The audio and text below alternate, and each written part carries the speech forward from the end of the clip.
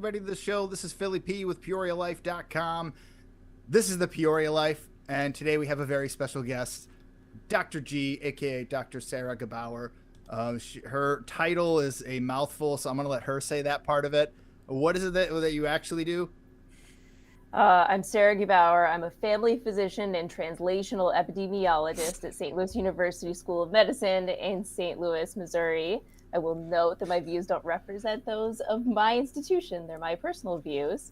But what that means is, as I'm a family doctor, I provide primary care to patients in the safety net in St. Louis, Missouri, especially South County.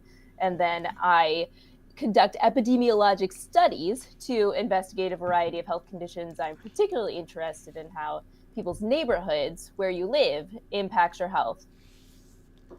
Yes, I want to know, I want to talk a little bit about how you got into being a physician and what that pathway looked like.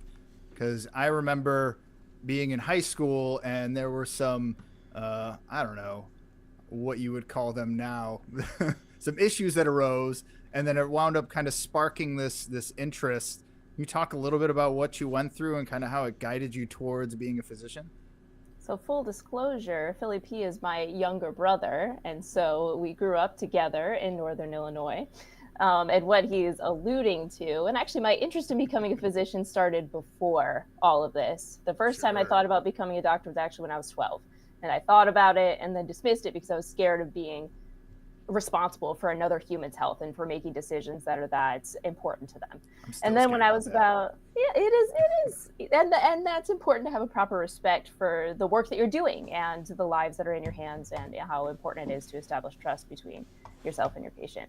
But then when I was about 15, I reconsidered it because I decided that I had done nothing important or of service in my life. I had this sort of, I don't know, existential crisis, if it's possible.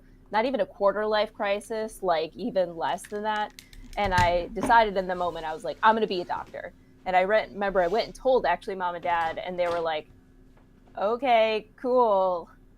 That's just really what happened, which is kind of goofy. But at any rate, then what you're alluding to is that, or actually right around when I was 12 or so, which I didn't really recognize was the case, I began having episodes that were later diagnosed as complex partial seizures. Oh. Which really were very, which for a lot of people where they saw them, I didn't know they were happening. And for what it started out as just this kind of feeling like I recognized everything that was going on around me. It would last for a minute or two and then go away. And what I called that was deja vu, because that's what it felt like. I recognized everything that was going on. Oh. And as time went on, those episodes got longer and longer until I felt like I was going to throw up. I could never figure out why I recognized everything that was going to happen. I couldn't tell you what was going to happen next. It wasn't like clairvoyance, but it was so confusing. So there were. Go ahead. So there were petite mal seizures. So technically not petit mal. These were complex partial seizures, which actually have another different name now that is escaping me in this moment. But they start as a simple partial seizure, which is where one little part of your brain will fire. Now, classically, that can be, if that's in a motor part of your brain, that might be a limb that starts moving, right? But you remain conscious in a simple partial seizure. So because it's just in one part of your brain. Now, if you have complex partial seizures, again, I'm not using the right name because they've changed the nomenclature in the last few years, then that progresses just enough so that you lose conscious awareness of the world, but you're not having what people classically think of as a grand mal seizure. And so what would happen to me is that not long after this aura, because that's what I was experiencing, an aura, it would generalize just enough that I would lose consciousness. And essentially it would be like the lights are on, but nobody's home. So people could talk to me. I would be standing, I would be staring off. I might keep walking if I'm walking. I might keep doing whatever I'm doing. And then eventually sort of come back around. And people would be like, right, drum majoring. And we can tell that story if you'd like. But yes, and so then I would come back around and people would be like, what just happened? And I was like, I don't know, I just felt a little sick for a second because I didn't know I was losing consciousness. I had no idea. And so then the flashpoint was my senior night football game, I was one of the drum majors of the band, so one of my jobs was to conduct. And it was the very last song, and I remember it was raining. I was stressed as heck because I was supposed to do this senior feature at the end, which was dueling maces, because we spun mace in high school marching band. And I always had horrible performance anxiety, so I was really, really nervous because I hadn't had time to practice, and the other drum major was really good at all this stuff, and he was also a senior. And well, Nathan, yeah, he's good at everything. He's good at everything, right? And so as we were playing, and the song ironically was Time Warp, as we were playing the song, I was conducting with the drum line, and I remember getting the rising feeling, which is actually classic for the ultimate diagnosis. And then the next thing I remember, the song is over. Everybody's at the front of the field for the senior feature. I am in the back of the field facing the away bleachers, and I have no idea how I got there. And so I sort of ran to the front of the field and picked up my mace, and of course this routine is totally blown. And I remember looking, because the song was supposed to be dueling banjos. That was supposed to be the idea. And I looked at the other drum major and was like, did we play that song? And he looked at me like I had 3 heads. And so I tried to get through the end of this routine, and it was raining hard enough that we didn't stay for the end of the game. We were losing. Everything was going, terrible. And we get inside, and my band director, who I really love dearly, she comes up to me and she starts yelling at me. Like, what were you doing? What happened? And I'm just looking at her like, I have no idea what you're talking about. And I just remember the look on her face, because her face just fell. And it went from being angry to being scared. Because what had happened, what I found out later, so my best friend was the captain of the drum line. And she's like, here's what happened. You were walking and conducting, and then you stopped, your arms dropped to your side, and you just walked away. And one of my other friends played the sousaphone, and she was marching backwards. She almost tripped over me. And essentially, I spent the last part of this song just walking back and forth kind of aimlessly in the back of the field until I came to. And so, then my parents were there and saw this happen. And my dad called one of his friends who's a physician, was like, oh my gosh, this just happened to Sarah. And he said the same words that you put on it initially, petit mal seizures, which is a seizure that can sort of look like that. And, we saw our primary care doctor. They sent us to a neurologist. And I had an EEG, had all the stuff. It was all negative. Well, I wanted to talk about that, too, because I remember this being a real big sticking point as we were going through it. You're having these symptoms. If I recall, they had actually diagnosed you with epilepsy, and they were giving you epilepsy medication. And something was just off, and you had asked for a particular like an MRI or CAT scan. I don't recall exactly what it was, but you'd asked for some sort of imaging for them to go and look at it, and the physician said no, just flat out no. Well, let me tell you what happened. Please. So we went to go see the neurologist, and we described the situation. I'd also had an episode that we hadn't really, I think, given enough credence to, maybe in the months or maybe year before this, where I had woken up and I had bitten up the entire inside of the mouth overnight. Yeah. And we just hadn't really recognized it for what it was. It was probably a secondary generalization of a seizure that happened, and to what people stereotypically think of as seizures. And so when we told him about that and told him about this, he's like, that sounds like complex partial seizures, which is a type of epilepsy, technically. And what he said to me is, okay, well, we'll start a medication. It's been going on probably for 4 or 5 years. If it was a tumor, it would have killed you already. So I'm not going to get an MRI because you can't afford it. Yeah. So, yeah. Right. And I had Medicaid at the time. So our family was going through some financial hardships. This was also pre-Affordable Care Act. So this was a very different sort of world in terms of what was allowed and how people approach people who have Medicaid. And so I remember he started me on a medication. It's called valproic acid. It's actually one today that we do not really ever start in reproductive age women because it can cause birth defects. So it's a very last resort. So the fact that he reached for this medication first was wildly out of step with how we care for this now and should have been recognized at that time. And I went back to see him, 6 weeks later, and told him I was still having seizures. And his response was, "No, you're not."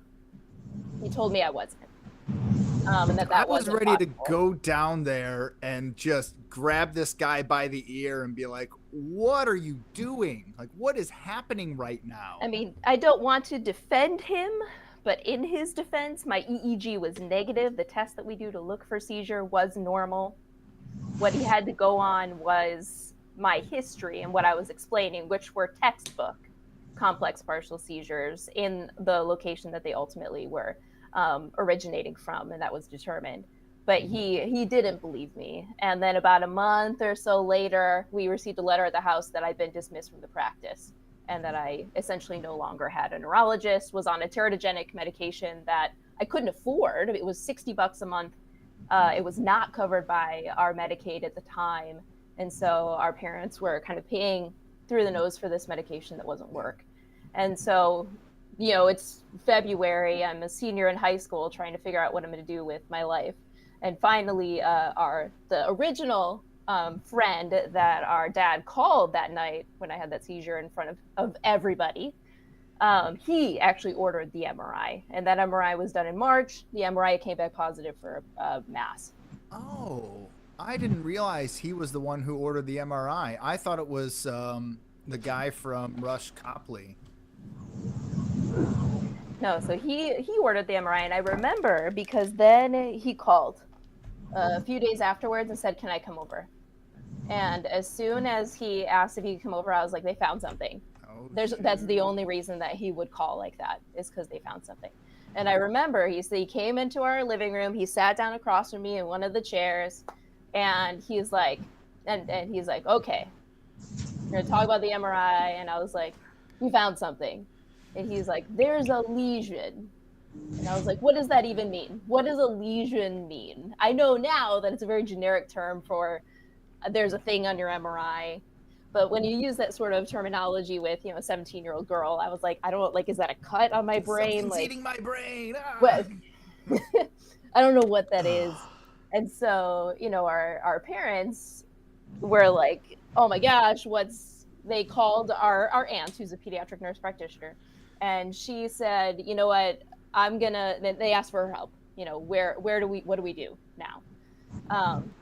And so she then called up a pediatric neurosurgeon's office in the area.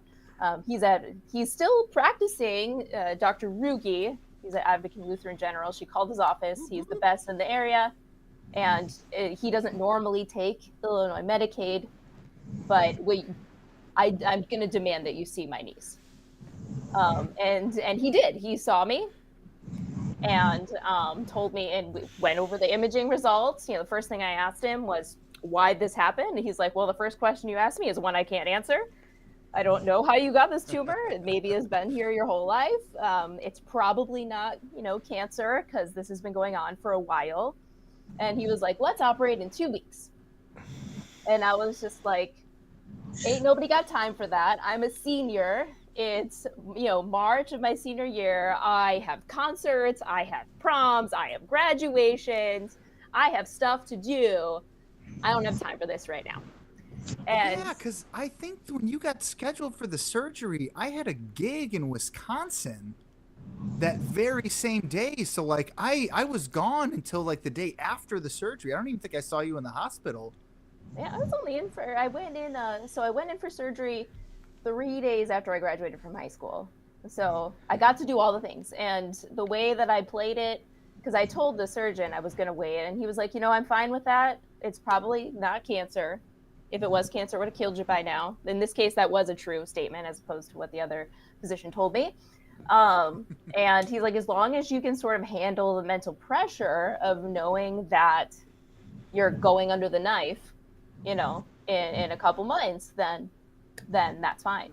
And so I was just like, "Yeah, it'll be fine." And at that point, it was really just like, I'm at peace with whatever's going to happen. He told me there's a 75% chance that the tumor will be gone and my epilepsy will be cured, a 20% chance it'll stay the same, and a 5% chance it'll get worse. How did that work out over time? So I had the surgery, right? So I waited. I did the high school thing. I didn't tell like hardly anyone at school because I didn't want anybody looking at me and thinking that girl's sick and being like, "Are you okay?" I didn't want to be The brain reminded what was damaged going one, on. yeah. Right? So I told almost no one. I told almost no one what was going on. So like my best friend, Maria, the band director, she knew, and maybe one other teacher, but no one else. And then I only started like sort of telling people like the day before I was graduating from high school. Why did Misty hate me so much? I don't think she did, but let's not get into that right now. Sorry, she was. Maybe she it was so your mean to me. so much potential. Then why would she yell at me all the time? And I digress. Anyway, You talk about that another talk time. about that another time. We'll start a music podcast. Yeah, it'd be great. But yeah, so then I went in for surgery on the 2nd, and I remember that day I was sitting next to my dad. I was 18 now. I'd only turned 18 less than a month before that. So it was one of the first things I ever signed myself for, was to sign my consent for treatment and my consent for surgery. And I showed them ID because I had to show them that before I got in. And I looked at the back of it and I hadn't signed it for organ donation. And so I was like, if I die, you need to donate my organs. I signed the back of my license and I handed it to my dad, who signed in the wrong spot. I think because he was scared, right? I think because he was scared. I mean, who wouldn't be? But at that point, it was very much, whatever will be. There's nothing I can do about this. I have to do this. I can't continue on with these debilitating seizures. And if I can be cured of them with surgery, then of course. And we need to know what this is that's growing in my head. And I mean, I ended up only being in the hospital Wednesday. I went home Saturday morning after that. Really just a minimal incision just at the side of my head. Yeah. And I remember the staples or whatever you had in there, and it was shaved a little bit. And we went to like a family party right around the 12th, and my cousin, who actually we went to go to her wedding just this last fall. I know, I missed it. It was lovely. It was beautiful. But she came up to me, and she was, substantially younger then, and she's like, "Can I see your blood?" She's I think in the medical field now. I know her mom was a nurse for a long time. Well, I know she worked for a Dial, if you remember, for a while there when we were kids. A what? Dial, the soap company. Oh, really? Yeah. No, I mean, I knew she was doing some nurse work at some point. I feel bad. Sorry, Aunt Lori, if you listen to this and we're I could be wrong. Well, talking about it correctly, but yes. So I had the very last seizure ever that I've had on that day, on June 12th of 2004. And since that time, about a year later, I was weaned off of the seizure medication. And ultimately, it turned out, get ready for this, that I had a dysembryoplastic neuroepithelial tumor, or DNET, which is a benign tumor. It is benign. Deep in your temporal lobe. That's correct. That's all I remembered. Yes, that's correct. So it was behind my eye, about so big. Was that big? It was a good size. And they used intraoperative MRIs. So they took me in for surgery. They opened me up the first time, took as much as they could, kind of, as far as I understand, and I could be getting this wrong because I was asleep. I was there, but not there. They kind of patch you up. They put you in the MRI machine. They see if they got it all. And if in this case they hadn't, so they pulled me back out, continued to do some more, stuck me back in the MRI. I believe we're like, oh, not quite again, and had to bring me back out and finish. And then I remember the next day going for the post-operative MRI, which was clean. So now if you look at my MRIs, I have essentially a CSF, a cerebrospinal fluid filled like kind of cavity inside my brain. And likely I read about it a lot after, once I was in medical school. And that it's a relatively rare tumor. It's not a very common tumor. It's benign, probably was there most of my life. And because of its location, which is right near the hippocampus, which is part of where you form your memories, that was likely why I was getting that sensation of deja vu, because it's so proximal to those areas where you form memories and understand that you remember things. And so that's why I would get that sensation, which is absolutely classic for the location that the tumor was in and where the seizures were originating from. So I don't want to hijack this whole thing. Melissa, do you have any questions for Dr. G, or want to follow up on anything she's talked about so far? It's a really interesting story, and the way you handled that, I can't imagine myself being so calm about it. I got very upset though when you said, I'm not defending this doctor, but I'm going to defend him. There were so many things that I heard, and overall it's a positive story, but I was a little bit angry on your behalf. Me too. Right. And part of it is because I'm still in that Medicaid thing, and I get that feeling of, I hope there's nothing wrong with me because I know I'm entitled to the sixth best care available. But the fact that you were going in, and as a person of a certain economic level and as a woman, people saying, I don't believe you. Yep. And you saying, he did not believe me. And a lot of women experience that. And that's something I'd love to have a little bit of a discussion about. Yeah, and I'm actually so glad that you brought that up, because that would be the place where I would say that I learned the most about being a physician, is that when you have been in that position where you're talking to what's supposed to be a highly trained professional, and you're explaining to them what you're experiencing, and they decline to do it, especially in this case. This was a completely indicated test that would have been paid for by Illinois Medicaid.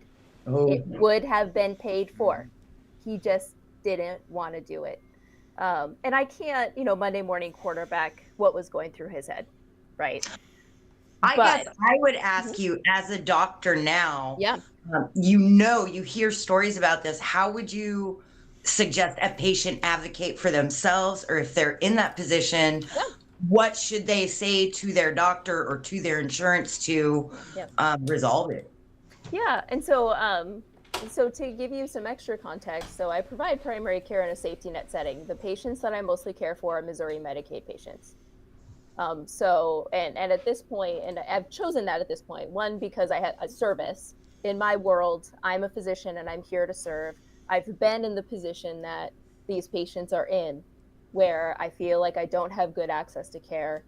I need a physician that's going to listen to me, that's going to believe me, and that is going to do the very best they can to understand what's going on, to anticipate barriers like, I can't pay for my medicine.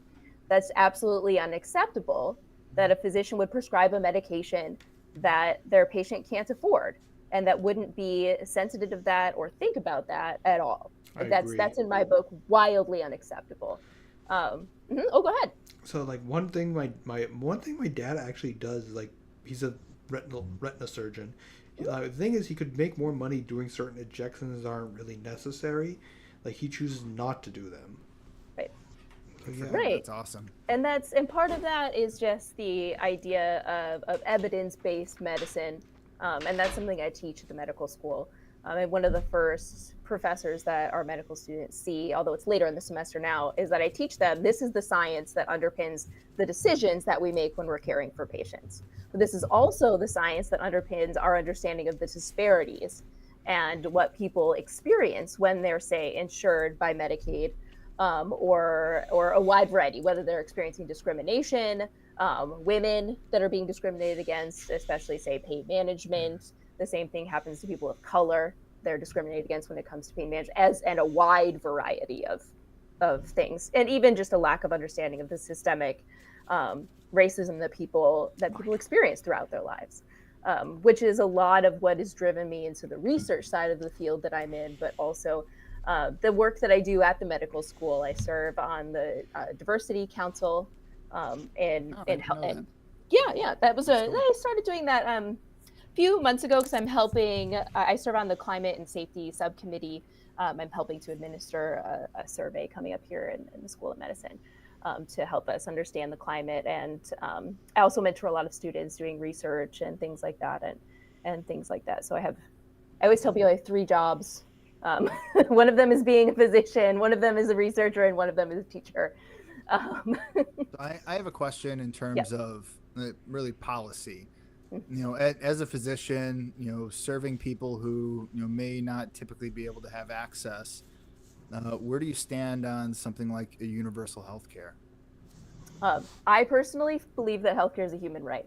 Everyone should have access to high quality healthcare, to high quality evidence based healthcare, to physicians who care about them, and that's period, end of story. There's absolutely no excuse for any of it. No one should have to go into debt to get the care that they need. No one should have to shop around for the best price, because it's very hard to shop rationally when it's your body and your well-being. Like, how are you, like, who wants a discount hip replacement? That's not, that makes no sense. Well, and what's crazy to me is like it's literally something that every single human that has ever existed is going to go through, and instead of putting in a system that's going to support the individuals going through it, how can we make some money at it? Right. I don't believe, yes, I think it's unethical to be making profits off of people's health. Not only that, like that's every single country that has published a single Medicare for all has not gone back on it. Basically, yes, they have. So, and also one thing that this is just my personal opinion, Medicare for all isn't enough. I believe that we need to still advance medical science, because there are still conditions such as heart disease, cancer, dementia that are still untreated. Not only that, let's be honest about something. We were not prepared. Humanity was not prepared for the impact of COVID. Ooh, let's talk about COVID.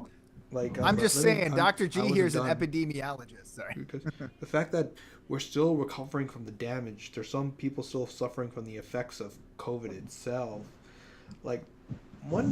So I think what we need is investment into gene editing and cell therapy, because I believe for the next 20 years, the next innovation won't be in digital technology or computing or AI, but rather biotech. I disagree. I think that the combination of genetics and artificial intelligence will be the thing that's going to allow us to move things into the future at a more rapid pace. And I think we need to be careful putting all our eggs in the genetics basket, because then we are flirting with eugenics, which is a bad problem. Yes, I agree. I totally agree. Because let's be honest about something. When Marie Curie first researched radiation, could she have known that it would be weaponized? Her research, would be weaponized. Well, so that I went on a long flight one time, and I met a student at Columbia University, and we were talking about medical devices and inventions, and we were talking, and she specifically was talking about how the use application, because typically when an inventor comes in, there's a problem that they want to solve, and they create the solution for that problem. Cool, now we've got this lovely solution.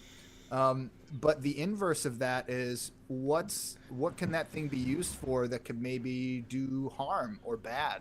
And having that thought and conversation is, should it exist? If this thing exists, is it going to be helpful, or will it in the long run be a detriment? And we were talking about that with the media. Yeah, and the same arguments can be made for AI in terms of like how exactly we're using AI, and how it can introduce bias, for instance, and perpetuate disparities between groups when the data, because the AI is based on the data that you give it, and if you don't give it good data, then it's going to do it's just as biased as the people that made the algorithms. And that's exactly why a lot of AI is just immediately racist. Right, so you have to be very, very thoughtful about how you employ those things. Now, there are places where AI can potentially be helpful, so things like note writing, for instance, behind a clinician. So every time that I see a patient, I document everything I can about that visit. I boil down what we talked about into a series of what we call History of President List, or HPI. And that takes a little time and effort to make sure that I'm bringing in the appropriate things.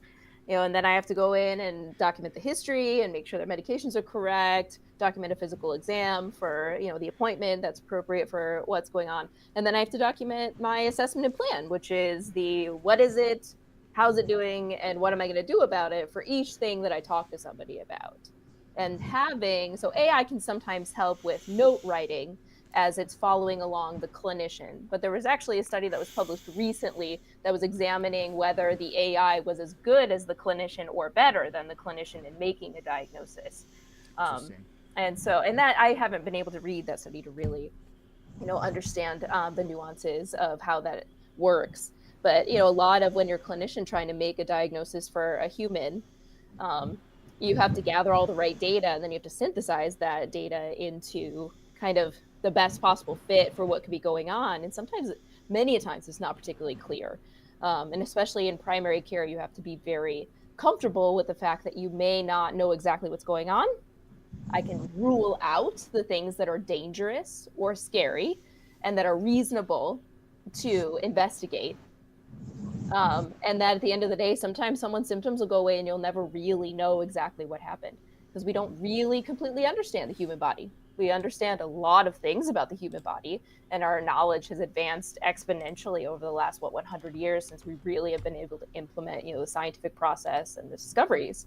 But that also makes medicine extremely broad and very rapid moving, which is why we need to train physicians to be able to evaluate the evidence. Is it time to change my practice? Is the evidence strong enough that I should do something different, or should I stay the same? Am I taking a risk by changing the way that I'm approaching this, or should I stay? Should I stay or should I go is essentially what I have to train a medical student to do. It's what I have to train a resident to do. And then I myself have to then continually reevaluate the evidence, but I have to look things up a lot. I can't know everything about everyone all the time. And medicine. Thank you for acknowledging that, because some physicians, I know everything. Their egos get tied into it.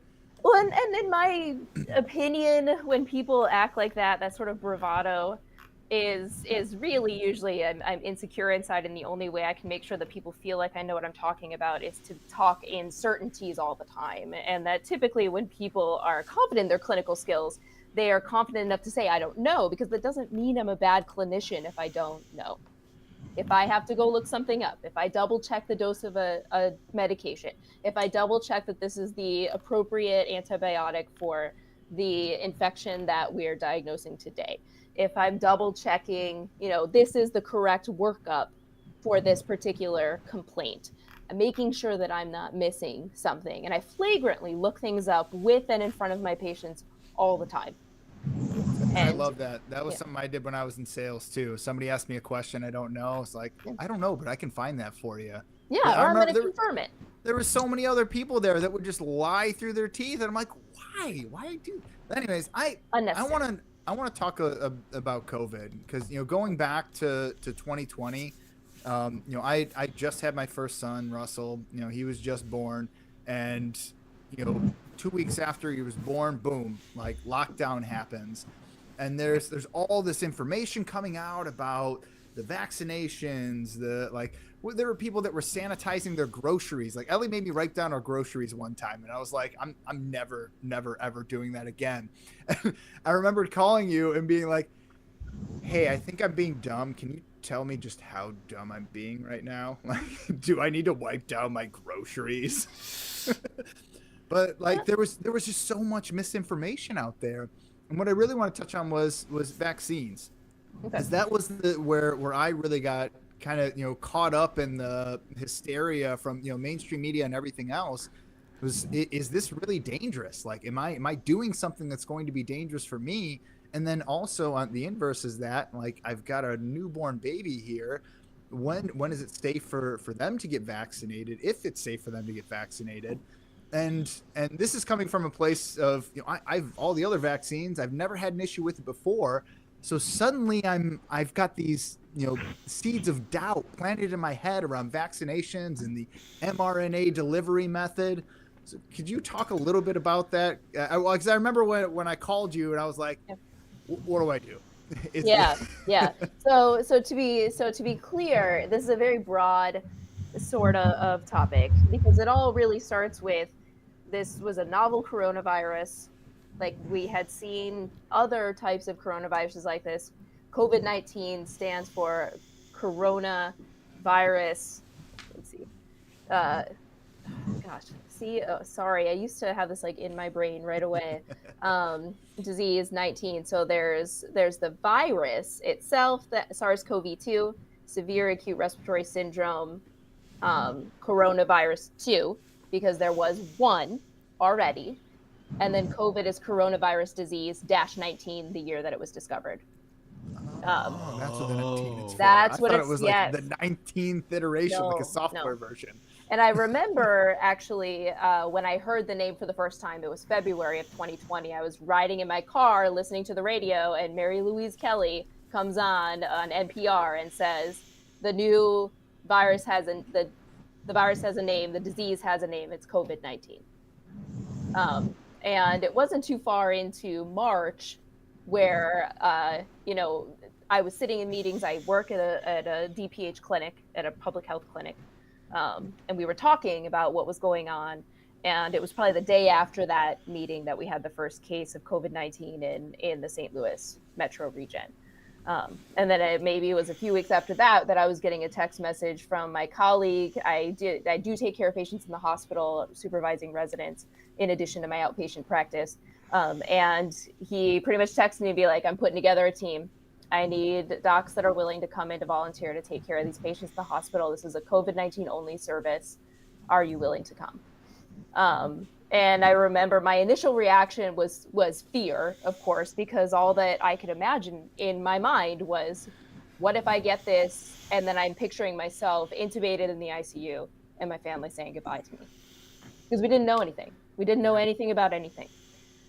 We were preparing ventilators. They were telling us to use bandanas when we ran out of masks. Like, it's really terrifying when you're, being told to run into the fire, and being told, to wear a paper bag on your head and hope for the best. Yeah, no kidding. And I did my first round of inpatient COVID service in April of 2020. So this was only a month or so in. We had 50 some patients in this hospital, all with COVID-19, all various levels of severity. We had no idea, what we were doing. We were trying really hard. This was right around the time that we were pivoting from away from intubating early, more toward using supplemental oxygen.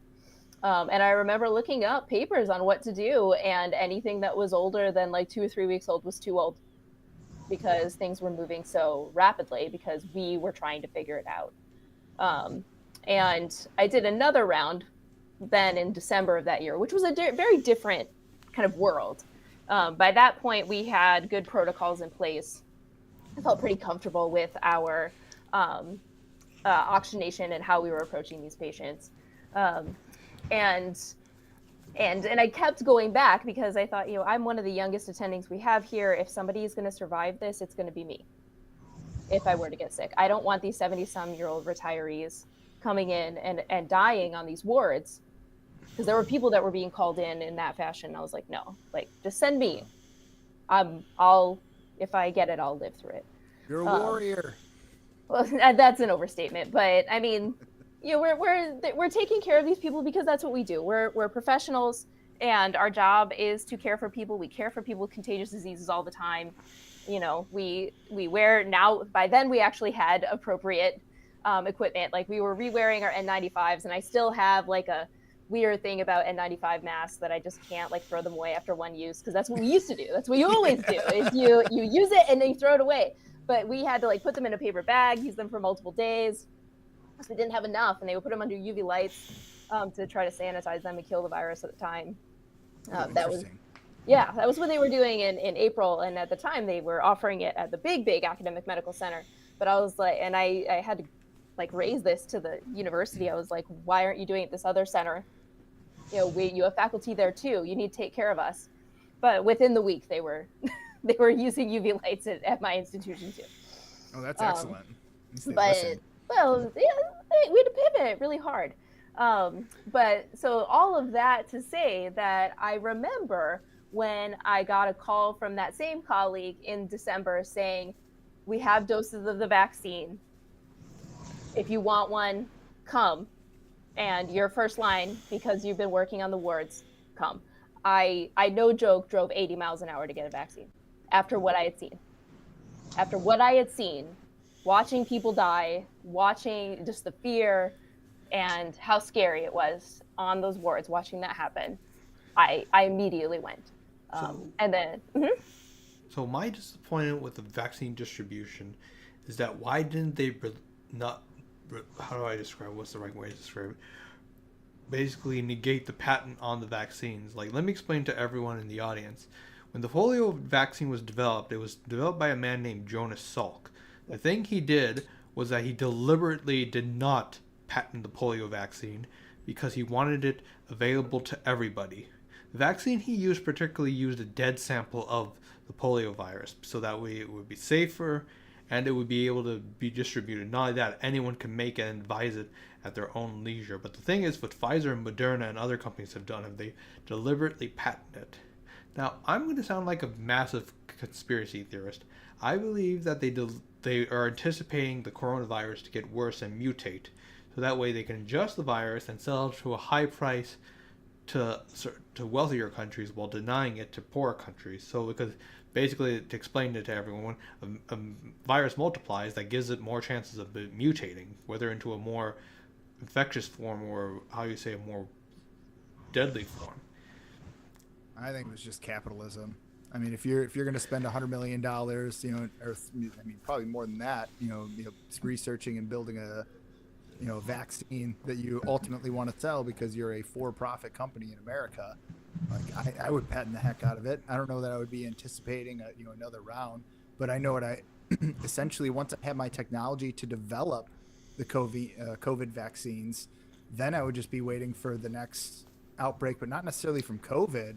Because as climate change continues on the pathway that we are, correct me if I'm wrong, but we are likely to see a lot more epidemics similar to the COVID outbreak. So let's take a whole big step back here, because we didn't get a chance to actually talk about the technology that's in the mRNA-based vaccines, right? Yeah, so I'm curious the drawbacks and the benefits of mRNA versus previous use cases. So the way that we actually talk about this when we teach this to medical students and at the medical school, and I did extensive reading myself on this through high quality sources to really understand, where did this vaccine come from? How is this technology developed? And the mRNA technology itself has been around for, at this point, probably about 15 years that they've actually been testing it. 10 years at the time that they were bringing about these vaccines. They've been administering mRNA-based technology to animals and in some cases humans for a decade by the time that they launched these vaccines. So if we were going to see some sort of severe detrimental effect, we would have seen it during that time. And historically, when vaccines are launched, almost invariably, if there's going to be a reaction to that vaccine, it occurs within 2 months of administration of the vaccine. 2 months. And that's based on all of the technology that's been used in the past, whether it's inactivated polio vaccines, for instance, or even live virus vaccines like we give, which is the measles, mumps, and rubella vaccine is a live virus vaccine. It's just a live attenuated virus. We've made the virus less strong so that it can be shown to the body without causing damage. It infects just a few cells. It can't infect a large number of cells, and it presents the virus in the exact same way that an infection would, but on a much smaller scale. And Can I ask why we don't use that method for COVID? Wouldn't it be faster to develop and cheaper? So that has to do with the way that these viruses work. So the example that I'll talk specifically about is varicella, which is chickenpox. Yeah. So that's a live virus vaccine that's been around since, if I remember correctly, the early 90s, but don't quote me on that. I don't think we got vaccinated. We just got the pox. Yeah. No, so we get shingles later in life. We're right on the I got the pox. We are on the cusp of when the vaccine was launched. We were just old enough that we missed it. But the way that actual varicella gives you lifelong immunity after you've been infected is because you get something called viremia, which means that the virus circulates in your blood and your whole body just sees the heck out of this virus. Now, in the case of varicella, you noted it's called varicella zoster because zoster is shingles. So you never fully eliminate usually the virus from your body. It may end up sort of living in a nerve that then can reactivate and become zoster, which is shingles. And that happens classically when someone is immunosuppressed or older, typically. So a lot of times we'll remind your immune system that it's seen it before with a shingles vaccine, usually starting around age 50, or if someone's immunocompromised. But to get back to it, yeah, the way that vaccine then works is by trying to induce the same sort of situation with a virus that's much less likely to make you sick, and that will still give you that sort of high quality immunity. But the problem then on the other side is that that's not a typical upper respiratory virus that causes a respiratory illness. It enters your body through droplets, sure, but the way that it infects you is different than, say, a coronavirus, an influenza virus, or adenovirus that are going to come in through your nose, through your mouth, through your eyes.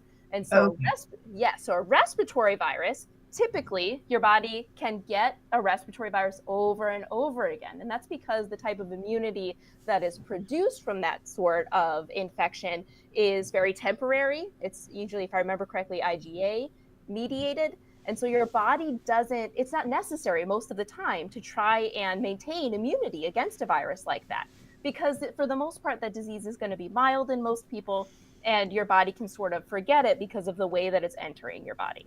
And so that's why you can get influenza again and again from year to year. The other part, though, is also that those viruses tend to be part of a phenomenon that's called either genetic shift or genetic drift. And that's where you get into why we'll focus on influenza because it's most well understood. Is that from year to year you'll hear, right? You've heard of probably H1N1, and those are named for the antigens on the outside of the virus. And so, or H5N2 or something like that. And so those, from year to year, there'll be a little of what we call drift. So think of it as being a little boat on the ocean, and it moves around just a little bit, not usually a ton. There is a lot of living memory immunity to that particular strain. Although people can still get sick, that will usually not become what we call a pandemic flu. Now, if you remember in then 2008, we had H1N1, which is the same combination of antigens as, we call it the Spanish flu, but probably shouldn't, but the flu epidemic, because it's called Spanish flu. It's actually a spin thing that's marketing, trying to make the Spanish look bad. I'm glad you brought that up. One of the things that I keep hearing in all these just in crap that I see, and I have no idea if it's true, but the theory that's going around is that the common cold that's out there right now is from the pandemic of 1918, and it's still something that gets passed around. That's just that's what I heard through people. The pandemic of 1918 is H1N1, like that's influenza, like that's all it is. Like this is not groundbreaking to be thinking of that way. And that flu was it's pandemic. The same thing though, right? So kind of. You know what this makes? I gotta finish my explanation though, because you're getting ahead of yourself. Because what I'm getting to is the idea of shift. And that's where you see a strain that changes dramatically from one year to the next. You get H1N1 that hadn't been seen in living memory essentially since the pandemic, the flu pandemic in 1918. And now you have the potential to make a lot of people sick. And you typically in those pandemic flus, it's the people that don't usually get sick that are suddenly getting much sicker. And that's the young and the healthy. So in typical influenza, you're going to see the very young and the very elderly that are going to be impacted the most, and people who are immunocompromised, whose immune system don't work as well for whatever reason, whether it's a medical problem that they have or they take a medication that keeps their immune system in check if they have an autoimmune disorder. But in a pandemic flu, because it's a flu that hasn't been seen in living memory in large quantities, in this case since 1919, and then 2008, now you have a large swath of the population doesn't truly have immunity or much immunity from years and years of exposure. So now H1N1 has been circulating ever since then, and it's part of the flu vaccine ever since then. We usually vaccinate people against multiple strains of flu. I believe it's trivalent this year.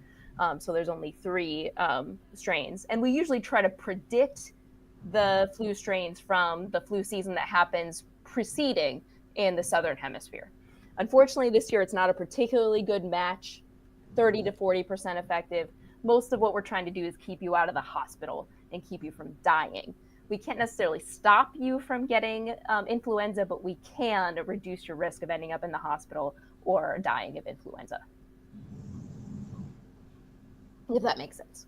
Melissa, you had something that you wanted to add in. Go ahead, and sorry about that. No, that's okay. It was reminding me of sourdough or friendship bread, where you always have that same thing, but it's kind of growing and changing as the years go by. But you're always going to have that original bit of something. The original sort of recipe that makes it influenza, right? But then there are the antigens on the outside that will distinguish from year to year that particular pathogen. And coronaviruses are the same way. They have their sort of drift and change because what they don't want to kill the host. That's actually bad. What they want is for someone to be pre-symptomatic and give it to as many people as possible so it can replicate as much as possible. Because killing your host is bad. Now I can't pass it on to anyone else. I need you to be minimally symptomatic or less symptomatic so that you can give it to as many people as possible so that I can replicate. I need to replicate the virus as much as possible. Like a secondhand immunity? Is that what you're like? Catching a positive virus? Is that what you're saying, or am I? No. So what the virus wants, if you can give it a want, is almost the same as really any sort of natural selection principle, which is that the more that you reproduce, the more you are selected for. And the way to be selected for is to replicate more. The more you replicate, the more copies of you are in that are circulating. And so the things that make it possible for you to replicate more are the things that are going to be the selected for virus. And so characteristics of a virus that's going to replicate more or be selected for are going to be viruses where people are not particularly symptomatic, that carry big viral loads, that have a pre-symptomatic period where they can spread the virus to other people don't realize they're sick. And so then you get sick from somebody, like you see them one day and the next day they're sick, you're like, oh crap, they probably maybe exposed me to the virus or whatever it is. And so that's why things get a little dicey when you see these viruses that are very dangerous and do have high fatality rates. So these are things like your hemorrhagic fevers, that have very high mortality rates. An example would be, say, Ebola or hantavirus. And those are spread in very different ways, but they're usually sitting in an animal population that then jumps to humans, and then that it can spread within that community.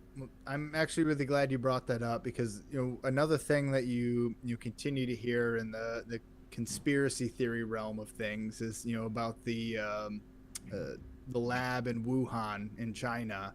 Now, my understanding is that the particular lab that's being referenced wasn't engineering COVID to be out to like Lyme's disease, put it out and as a weapon, but they were scientists and physicians who were studying epidemiology and viruses in bat populations, because I guess the SARS virus is very common in the bat population, and they can kind of determine what may happen or what may come and transition over to humans from the bat population.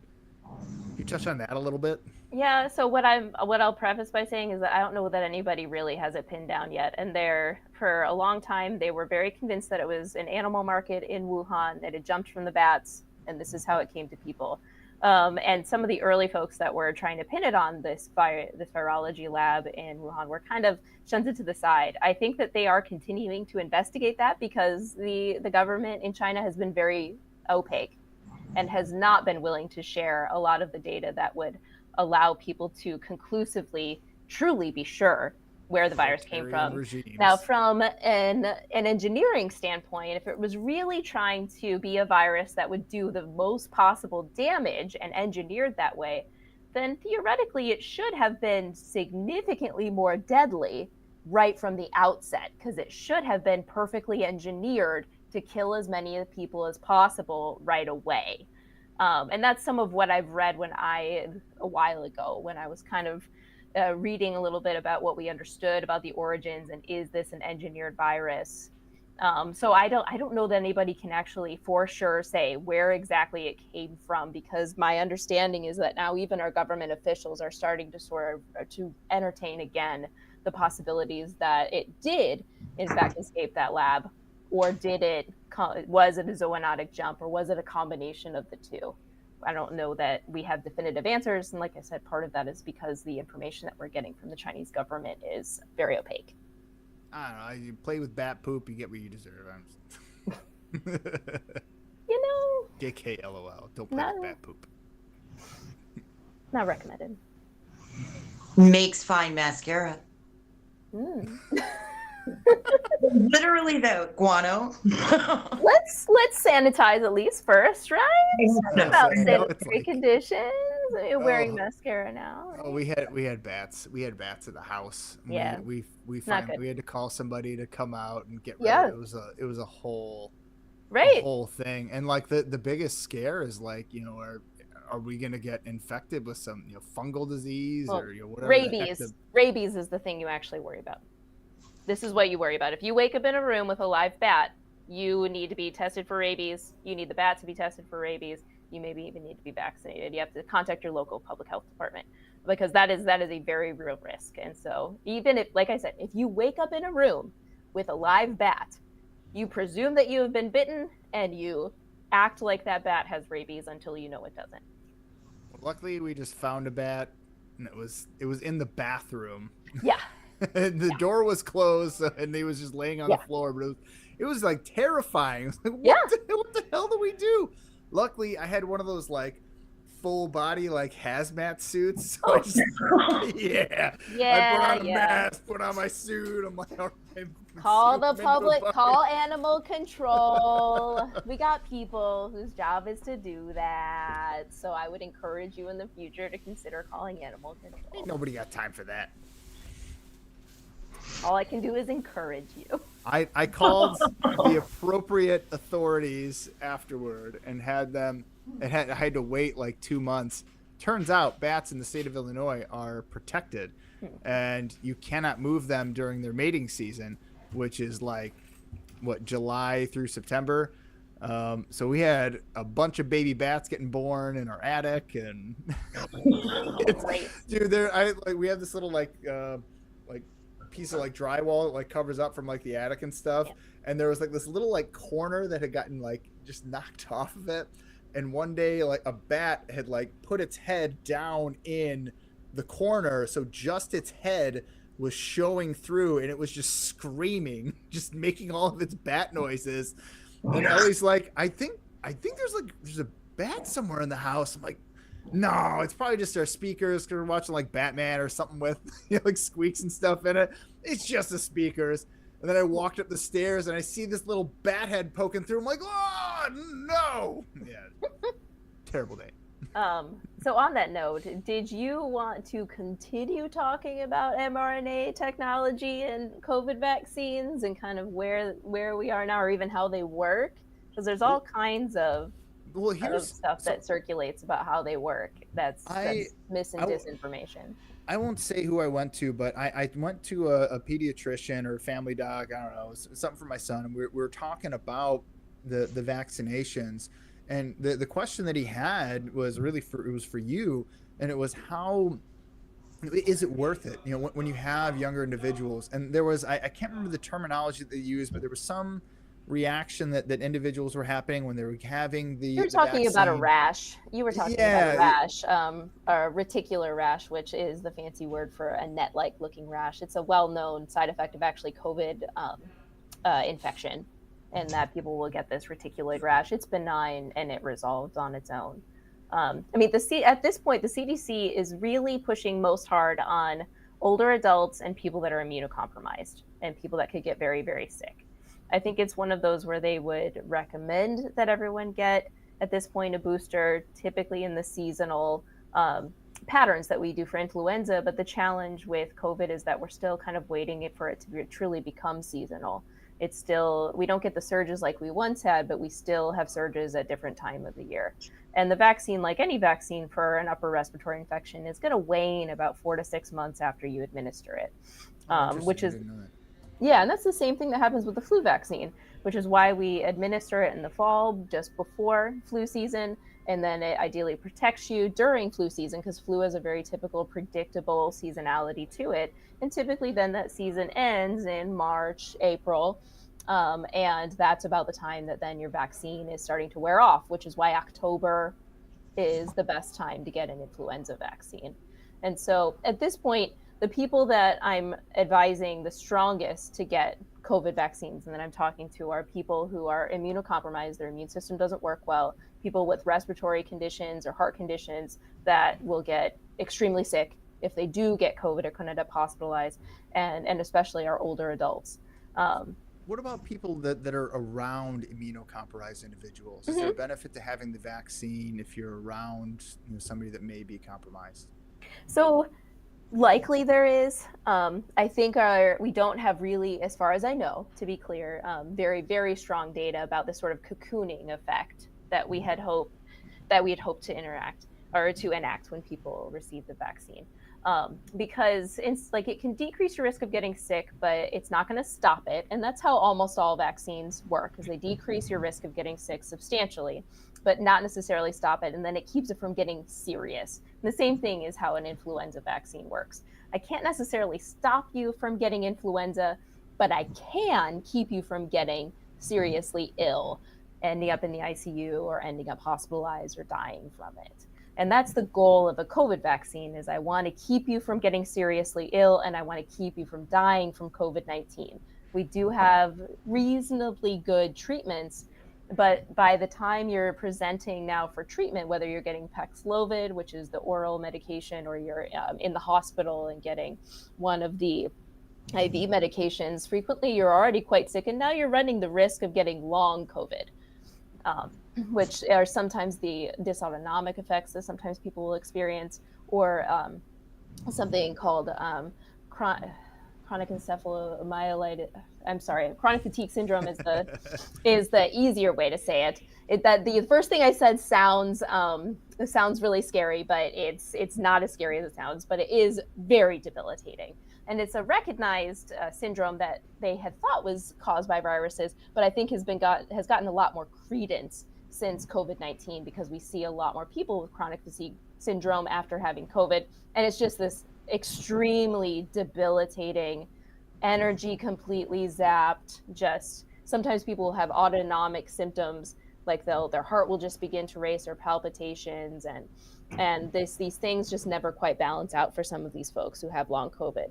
And we don't fully understand. We don't have great treatments for chronic fatigue syndrome. It's kind of graded return to activity, but some of these folks have lost, hobbies like running and things like that, because their chronic fatigue syndrome is so severe. So if we can get ahead of something like that by helping to control the infection before you get more sick or get more viremic, because you can get viremic with COVID-19, but not necessarily in the way that's going to result in lifelong immunity, again, because of the way the virus entered the system and the way that the virus drifts from over time. The more of that antigen that's in the system, the more sick that you're going to get, and the more likely then you're going to have for the higher probability that you could develop something like chronic fatigue syndrome or long COVID. So I'm curious too. Like, one of the things that I hear from the anti-vax group is the things that are inside of one of the shots, like aluminum, mercury. I did a little bit of research on it. It seems like the amounts that are in there are like negligible. In fact, in a lot of cases, if you're just breathing the air around you, you're likely to take in more, mercury and aluminum than you would actually in the vaccine itself. Yeah. But I guess, is that something like, and if you're putting a heavy metal into a body, I feel like that would have some neurological impact, but because it's so low, it's just like, meh. So dose makes the poison. right, is the way that you can think about it. Yeah, because water can be poison if you drink too much of it, Right, the dose makes the poison, and the metals that are there occasionally, they actually removed some of them anyways, just out of sort of an abundance of caution. Fine, this wasn't really that important to the vaccine anyways, and if you're going to worry about it, let's just take it out. Now, the government does stop giving vaccines when they're not necessary anymore. So, for instance, we don't give smallpox vaccines on large scale. That was something that we did in like our parents both got smallpox vaccine. If you ask our dad, he'll show you the scar from where he got his smallpox vaccine. We no longer give smallpox vaccines on large scales because it's been eradicated, and it only sits inside a few locked away sort of vaults around the world. And so once it's eliminated, we stop giving the vaccine. I always wondered about that. Okay, that makes sense. Yeah. Now, on the other side, if a vaccine is showing that it's having adverse effects, they will remove it from the market. So there were live polio vaccines that were given. Actually, you and I would have been sort of in the age range that we would have received them, that there were some children, because it was a live virus, it wasn't attenuated quite right, and some children did get polio from that vaccine. That vaccine was taken off the market, and now we give an inactivated polio vaccine. We do not give live polio vaccines anymore, at least in the States. Are there any, I mean, so we talked about some of the adverse reactions. Really, it was just that rash thing that we talked about. Yeah. Is there any real documented danger? Like, you see, you go on Facebook, you scroll through there, you're gonna see somebody, if you get the jab, then you're gonna be dead in a year. Yeah. Like, is there any credence to this? Like, where is it coming from? So what I would say is that all vaccines, just like all medications, come with risks. And so it's important to acknowledge that nothing that you put in your body is 100% safe all the time. And this is why we do big studies to administer the vaccine or a placebo or something, and to look for these things to happen. And that's why we look. And especially, again, with vaccines, if something bad's going to happen, it's going to happen within 2 months of administration of the vaccine. Within 2 months, which is why you don't necessarily need to watch for years. But knowing that mRNA technology has been around for 10, now 15 years, we know that there are people walking around who have had mRNA in their system for over 10 to 15 years, and we have not seen any adverse effects that seem to indicate that anything is happening. Now, there is a risk of myocarditis, which is an inflammation of the heart. This is typically in young men or teenage boys. It's self-limited. It has never, as far as I understand, actually resulted in anyone dying from it. And the risk of the myocarditis is much higher from actually getting COVID than it is from getting the vaccine. Yes, it is. And so this is why, for most people, I'm deliberately exposing myself to something that could result in myocarditis, although the risk is very low. The risk that I'm going to get exposed to COVID is equally, if not higher, right? I'm probably going to run into COVID at some point, and the risk during that infection is substantially higher of getting myocarditis than it is from getting the vaccine. But on the other side of that, the risk is still relatively small, even among people who do end up getting COVID. But if you're going to compare these two risks, it is substantially smaller from getting the vaccine. So, like, we have to be, as clinicians, as scientists, the key to hopefully earning the public's trust is through transparency. I'm never going to lie to you, and I'm never going to tell you I know something that I don't know. I'm always going to be as clear as possible, even when I'm talking to someone about starting a new medication for their blood pressure, for diabetes. What we need to do is talk about the risks, benefits, and alternatives to whatever this is. So let's take a moment and think about these things. For most of the time, the benefits outweigh the risks, and we just have to help that individual make a decision. At the end of the day, my job is to give you information. It is to help you understand that information, to give you the information that you need to make a decision that fits with your belief system, who you are as a human, and what your goals are for your health. I can't make you do things. I can offer you my ideas. I can't tell you what you should do. But I can give you every opportunity to get what I am trying to convey is the most accurate possible information that's transparent. I'm not going to make grandiose statements. I'm going to do my best to just, I'm going to shoot straight with you. I'm going to tell you this is what my understanding of the data is, or are rather. I feel like when you look at a lot of the things out there, like all you're seeing is grandiose statements. So I feel like you're really fighting this uphill battle against all these. Really, I see a lot of it just perpetuated on a few particular news networks, and I don't know. I just don't get it. It feels like when I look at the data and I look at the benefits versus the drawbacks, it seems really, really clear what to do. But then you add in this little bit of gray area, and suddenly the water's muddied, but for no reason. And that's where it's challenging because, people will sometimes mistake transparency and nuance for lack of expertise or not knowing what you're talking about, right?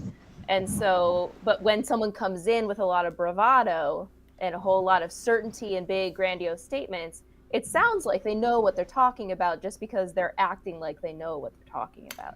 But the moment that somebody comes to you and is I lay it out on the table, like, I'm going to show you all my cards.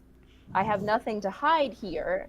I'm not going to speak in extremes because that would be not truthful. If I talk to you in complete, black and white all the time, then generally I don't know enough to know what I don't know. And that's what that's the Dunning-Kruger effect, right? So there's the moment that you learn about some new field or task, you immediately end up on the top of what we call Mount Stupid, which is where you know a little bit, but you don't know what you don't know, and you think you know everything. And then you read more and you learn more and you fall down into the trench of despair, which is where you realize what you don't know and you become like overwhelmed or distraught, by this, oh my gosh, I don't understand this and I don't know this and there's all this other stuff and this is 100% more complicated than I thought it was and there's all these other things going on.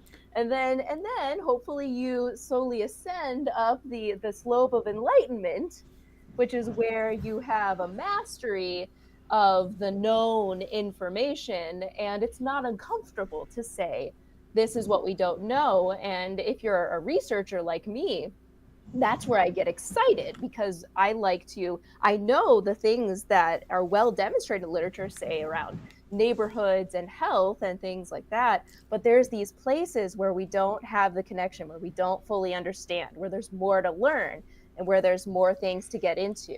And for all of that, that's where I'm really excited. So we're getting towards the end of this interview. So of course, I'm going to use it to be a little experiment. One of my journalism professors told me that the best time to ask the most controversial questions is at the end of the interview. So here's my question. Do you believe in the lab leak hypothesis or no? I'm going to say with nuance that we don't know. I'm going to say that that it's still on the table is what I'm going to tell you, is that it's on the table, that could be part of the origin of the virus. Can I ask who cares? Or why does it matter? Because I will say this though, if it is a man-made process, we need to, the COVID-19 was made in a lab, we need to make sure this never ever happens again. I speak as someone who's had both relatives on my mother's and my father's side died of COVID.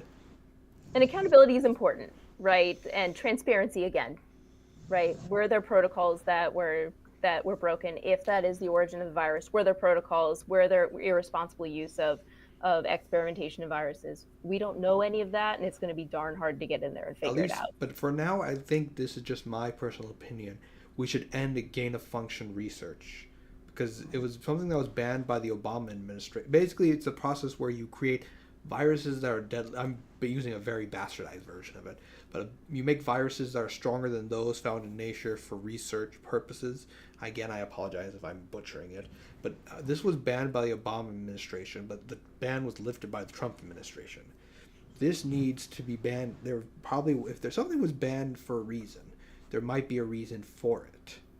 Well, I think back to like Lyme disease. I know there was some some DNA that was involved there, and they were actually able to track the mutations within Lyme disease back to origin sources along the East Coast, and supposedly it came from a government facility on an island where exactly. Never heard any of that. So you didn't hear it? There, Jesse Ventura did a whole episode on his thing.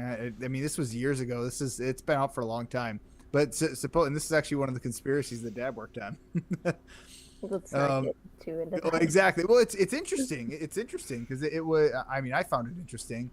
According to him, they were able to use the genetics of the virus and able to detail with great accuracy where it actually came from. So it's not a virus, P.S. Oh, sorry, Borrelia burgdorferi is I'm not a bacteria. doctor. Get out of here. Spirochete. Spirochete, yeah, that's the word. Spirochete. So it's a type of bacteria. But yeah. I had a question when you started talking about we've eradicated polio, so we've taken that vaccine off the market, and we have not eradicated polio. That's not true. Smallpox. It's gone past smallpox is what we eradicated. Correct. So we haven't eradicated polio. Sorry. No. Anyway, smallpox. It's other parts of the world. It was eradicated from the United States. There were only cases coming from other places. I'm going to be blunt about something. Polio is much more frightening than COVID.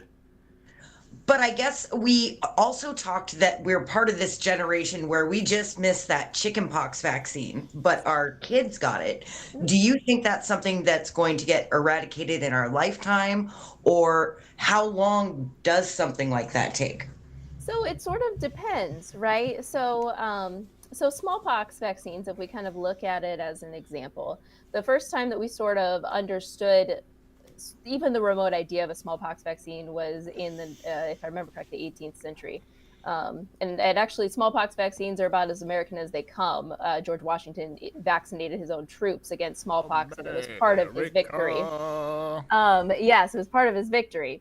Now, as time has gone on, they were able to, hone that technology into smallpox vaccines that work well, but are still a bit more dangerous than a lot of the other vaccines that are on the market, which is why once it was eradicated from the world, and if you imagine, if that was when they were first starting to give vaccines in the late 18th century, and I don't want to be quoted on those exact dates. I could have my history here wrong.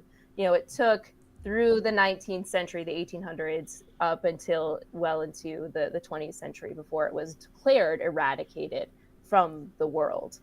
And there now, again, it's only held in very particular facilities that can contain it. Now, the reason we still do vaccinate like military personnel is because of the potential for biologic warfare. And so a lot of military recruits will still get a smallpox vaccine. 1796, and it was published in 1798. Okay, so I'm not doing too bad. Not doing too bad. Okay. I didn't know it went back that far, like legitimately. Yeah. I thought this technology started in like the 50s. Like I had no idea it went back to Yeah, and that was because they noticed that the milkmaids who had cowpox were immune then to smallpox. And so that's when they started recognizing that, oh, wait, this virus is similar. Maybe a small exposure might be able to prevent larger scale disease. And that's when they began to. So just to let you guys know, we've run out of time. So I think we can end this show on a high note. So if you want one final question. Yes. Oh man, I've got so many questions. Well, let me see what you guys got. I'll leave it to you, boys. Do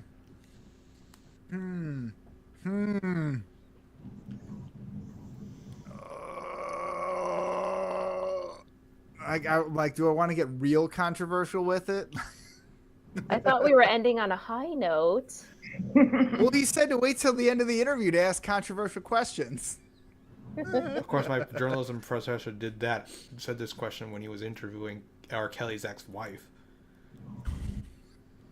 Okay. I mean, that would be a good time to do that gotcha journalism.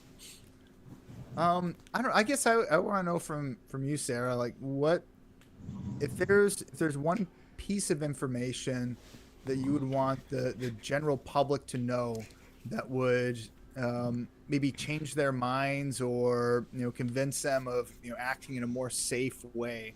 What do you think that would be? Well, I guess we need to be more clear about like what sort of safety are we talking about, right? Because there's a lot of different types of safety. Wear a helmet when you ride a motorcycle or your bike. Wear your seatbelt. I made it broad so you can wash infer. your hands.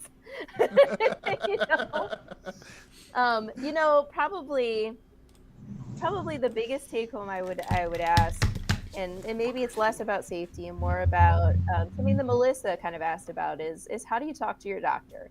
And what kind of things you should look for a physician that's going to take care of you, take care of your family. And the thing that I think is most important is that they listen to you, and that you are able to tell them what they need to tell you, and that they're maybe not going to order the obscure test that you ask for, but they should tell you why, and they should explain to you in a way that makes sense to you. And if you are seeing a clinician that kind of gives you weird bravado sort of answers, that dismisses your complaints, that kind of just that's not giving you what you need from them, then you need to find somebody else, which can be really, really hard, really, really hard. But hopefully, that's my hope for anybody, is to have a primary care clinician that they feel comfortable with, that is accepting of them for who they are, that they do not feel judged by, and that they feel like they can air whatever concern, no matter how silly they might think it is, and that they will be able to listen to them, that they will educate them on whatever it is, and that they will chase down the appropriate things that could be going on, so that you don't have an experience like I had, where you have a clinician that doesn't listen to you, that fires you, and then I actually am considering writing him a strongly worded letter all these years later, because I like to think he would want to know that he missed a brain tumor diagnosis, and that I'm not doing too bad for somebody who's a little brain damaged. Okay. I don't know. It's also like a big middle figure. I just have a quick follow-up question before we end things on Shimon. If you're in one of those situations, just say if I'm moving to a new city, what do you recommend for somebody to find a physician that you feel might fit their needs? Or is it just kind of a roll of the dice? Ooh, that's really hard. It is kind of a roll of the dice, unfortunately, because everybody needs something a little different from the clinician that takes care of them. Yeah. And if you look at reviews online, I got brave enough to actually look at mine today. I think I have like 2 out of 5 stars on one of my reviews, which in the long run. Didn't fill that pain prescription. You know what? I don't know what was going through that patient's mind, and I can't speak to that. But what I can say is that I'm here for the patients that I take care of. I have a panel of patients, many of them I've been taking care of for 9 years, that come back and see me, that I like to think I do a good job taking care of. And so sometimes word of mouth, it just sort of depends on what kind of keywords are you hearing from that person that you're talking to that's the reason that they like their doctor. Is it because their doctor listens to them? Is it because their doctor's on time? So I tend to run behind, because when I'm taking care of my patients, when I'm in the room, you have me, and I'm going to do everything I can for you in that time, especially with an underserved population. I need to address as much as I can. So if you want me to run, if you want a doc that runs on time, sorry. Thank you for everything, Dr. G. This has been Peoria Life, and thank you to our audience for watching. See you next time.